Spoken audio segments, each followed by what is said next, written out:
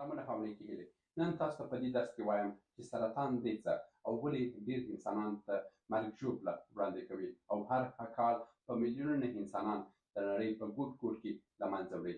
نن په دغه هکله باندې تاسو ته یو ښه پوهاوی درکوم چې سرطان دی څه او څرنګه موږ کولی شو چې خپل ځان د سرطان د آفاتو څخه تر یو حده د انساني او فکري ډول باندې ځان وساتو.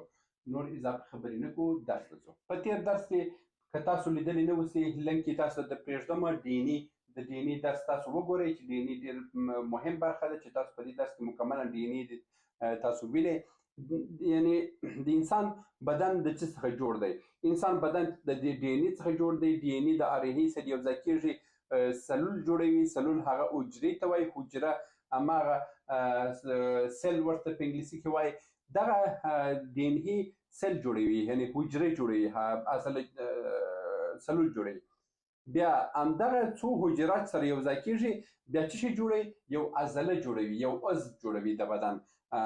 بیا همهغه عضلات سره یوځای کېږي، بیا یو د بدن یو عضو جوړوي او همهغه څو عضو سره یوځای کېږي سیستم جوړوي او همهغه سیستم ته موږ انسان وایو. اوس دغه سرطان په کوم موضوع کې چیرې پیدا کېږي؟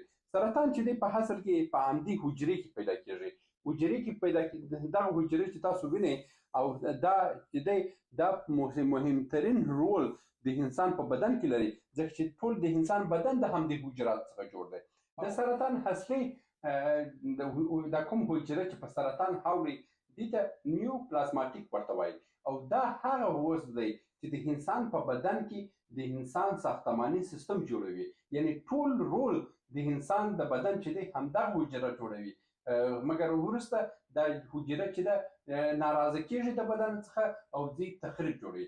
په وطني اصطلاحاتو باندې دا وایم چې دغه حجره چې ده، دا سل چې ده، دا سلول چې دی، دغه سلول چې د خپل د انسان بدن په جوړولو کې دغه ټول رول لري او دا یو بنا حیثیت لري، د یو انجینر حیثیت لري د انسان په بدن کې، چې ټوله بیچاره خپل زحمت هم باسي. دا حجره چې ده د انسان په بدن کې د ساختماني کارونه مخته وړي. لکه څنګه؟ لکه یو انجینر چې ځي په یو ښار کې ساختمان جوړوي، یو ساختماني سیستم جوړوي.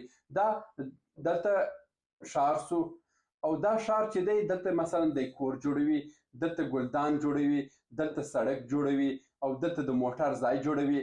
دا انجینر چې دی چې موږ ورته بنا هم وایو، بنا خو که څه داسې دی خو بنا ورته وایو. او دا بنا چې دی دا ټوله د منطقې څخه سوای چې دا منطقه په ډېر ښکلا شکل باندې، په ښکلي شکل باندې هم جوړ کړي او کولی شي چې همدا بنا حساب لږ کله کله خراب سي، ولاړ شي دلته د سړک، دلته چې سړک جوړ کړی د سړک په منځ کې یو بل شی جوړ کړي، وایي نه دا سړک زه بندوم، دا زه نه غواړم درته جوړ کړم. او مثلا دلته دا کور دی، دا کور دا چپکه، زه دلته همداسې یو سړک تېروم. دلته چې کله هم همدغه حجره چې حساب خرابېږي او د بدن څخه ناراضه کېږي او دلته چې دی خپل د ځانه څخه، ځکه چې دی دا وړتیا لري چې سیستم جوړ کړي، چې کله د دې وړتیا ورسره وه چې دی سیستم جوړ کړي، دی ځي د بدن په هر برخه کې بله سیستم جوړوي. د مثال په ډول باندې دا زیاتره په کوم ځایو کې؟ په رګونو کې، او په رګونو کې هغه ځایو کې چې مثلا خلاوې ډېرې سي، په معدې کې او په مثانو کې، په دې ځایو کې چې خالیګاه ډېر اوسي، په همدې ځای کې ساختمانونه جوړوي. د مثال لږ نور تاسو ته واضح کومه، دا په یو ښار کې یو سړک دی، په دې سړک کې نه باید کور ووال سي. دا حجره چې ده هلته خو ناراضه سوې ده، راځي دلته خالیګاه یې ولیده، په همدې خالیګاه کې یو کور جوړوي او د ده سره دا څه هم شته، صلاحیت هم شته، ځکه چې پروتین ورسره دي. ما خو تاسو ته وویلو چې آر ان ای د پلس ډي ان ای سره یوځای کېږي. دا چې سره یوځای شوه د دې تعاملات څخه پروتین جوړېږي. دا پروتین چې جوړ شوه، همدې پروتین څخه آر ان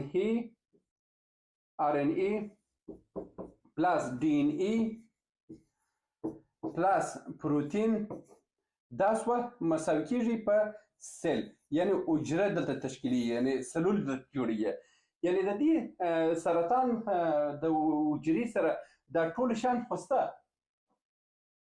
چې کله دا بنا ناراض شو خو بنا سره خو هر څه شته، بنا سره کارګر شته، بنا سره هغه خپل ملګري شته، ځکه چې هغه خو دې پېژني، هغه ملګرو ته وایي بس راسه زه ستاسو سره کومک کوم، دغه سړک دی، دا سړک غصبویه او همدلته یو ساختمان جوړوو، ځکه چې وینه هم بندېږي، مایع د بلا چې بندېږي، زه دلته یو ساختمان جوړوم. لکه زموږ د پخوا چې غاصبین و بس هر ځای چې سړک و پارک یې لیده پکښې کې څه شي جوړول، خپل ځان کور جوړوئ او هلته یې هر څه لاره ماره هر څه ورته بندوله، او مثلا د پارلمان وکیلو سړک یې بندوئ او هماغه کوڅه چې بندول خلاص، دا سرطان و، سرطان دانه همدغه ته وایي. نو چې دی په اصل کې دغه حجره ده، دا نیوپلازماتیک حجره ده، او دا بیچاره ډېر کارونه کوي د انسان په بدن کې. دا چې کله هم فعالیت لري، ښه فعالیت لري، تر کومې ورځې چې دا ښه فعالیت لري د انسان بدن ته رشد ورکوي، انسان ژوندی ساتي، انسان لویوي، انسان قدرتمنده کوي.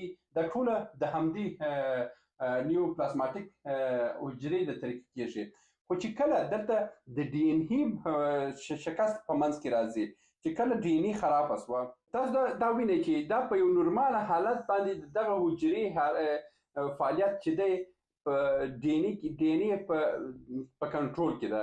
یعنې چې کله ډي ان اي چې دا په نورمال حالت باندې ډي ان اي او آر ان اي، ډي ان اي پلس آر ان اي په دې حجرې کې د پروتین په صحیح ډول باندې جوړیږي او فعالیت یې سم دی. خو چې کله د دې حرکات د ډي ان اي له مثلا د آر ان اي له په پروتین ډېر شو، د پروتین له د آر ان اي له په ډي ان اي جوړ شو، د ډي ان اي له په آر ان اي سره ډېر شو، دلته اختلافات په منځ کې پیدا شوه. همدغه اختلافاتو په اساس باندې دا څه چې دغه حجره چې یو وخت ساختماني کارونه کوله، دا څه کوي، دا چې تخریبي کارونه شروع کوي. تخریبي کارونه چې شروع کوي ځکه چې دلته په همدې ځای کې چې دوی دا څه شروع کوي، دلته چې د دوی په منځ کې یو څه مشکل پیدا شو، نور عضلات د دوی په وړاندې باندې مبارزه شروع کوي. نور حجرات شته په بدن کې، نور حجرات شته په بدن کې د دغه په ضد باندې د فعالیت شروع کوي.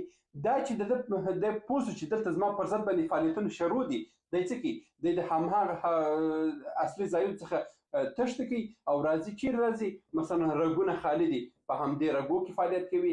مثلا معده خالي ده، په معدې کې فعالیت کوي. مثلا مغز چې دی خالي دی، په هم مغز کې خو ځانته کور جوړي، ورته تومور مغزي هم وایي، په مغز کې ځي فعالیت شروع کوي. او مثلا مثانه چې ده خالي ده، ځي په مثانې کې فعالیت شروع کوي. دا دلته خو په هماغه په بدن کې خو چې کوم اصلي بدن برخې دي، خو دفاعي سیستم فعاله دی. د چې مازې کې دغه سړي غلط کار وکړي، ژر یې تر کنټرول راوړي او ژر یې د بین وړي، هغه حجره د بین وړي.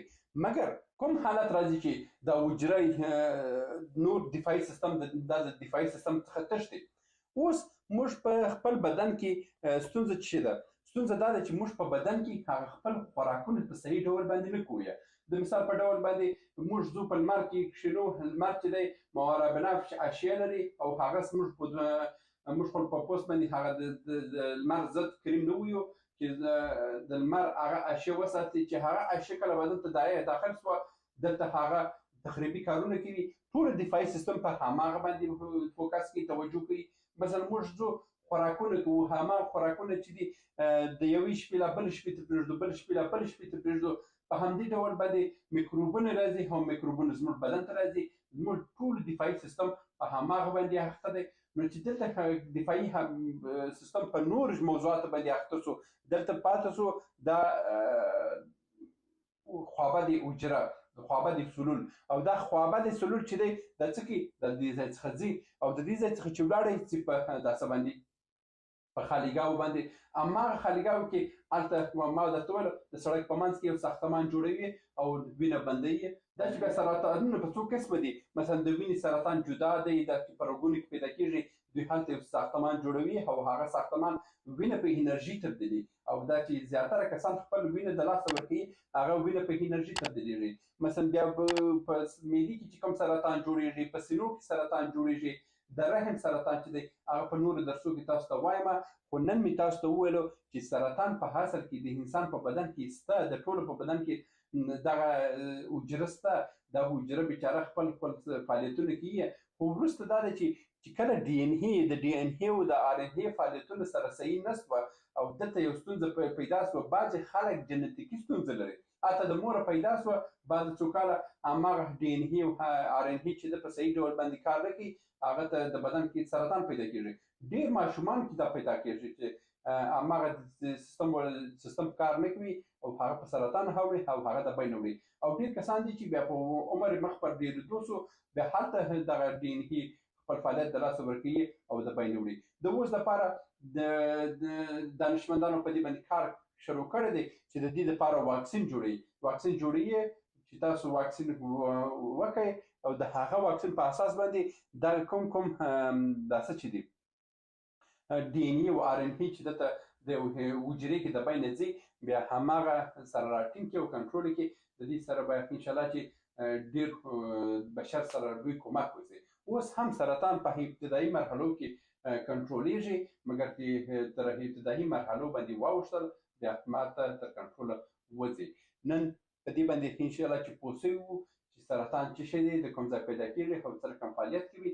او په نورو راتلونکي درسو کې زه تاسو ته د معدې سرطان په هکله باندې وایم. دا فقط د سرطان د فعالیت چلو او دا چې معدې سرطان څنګه کېږي، د سینو سرطان څنګه کېږي، د رحم سرطان او د وینې سرطان، دا هر څلور موضوع چې دي دا ټول موضوعاتو باندې ویډیوګانې را روانې دي.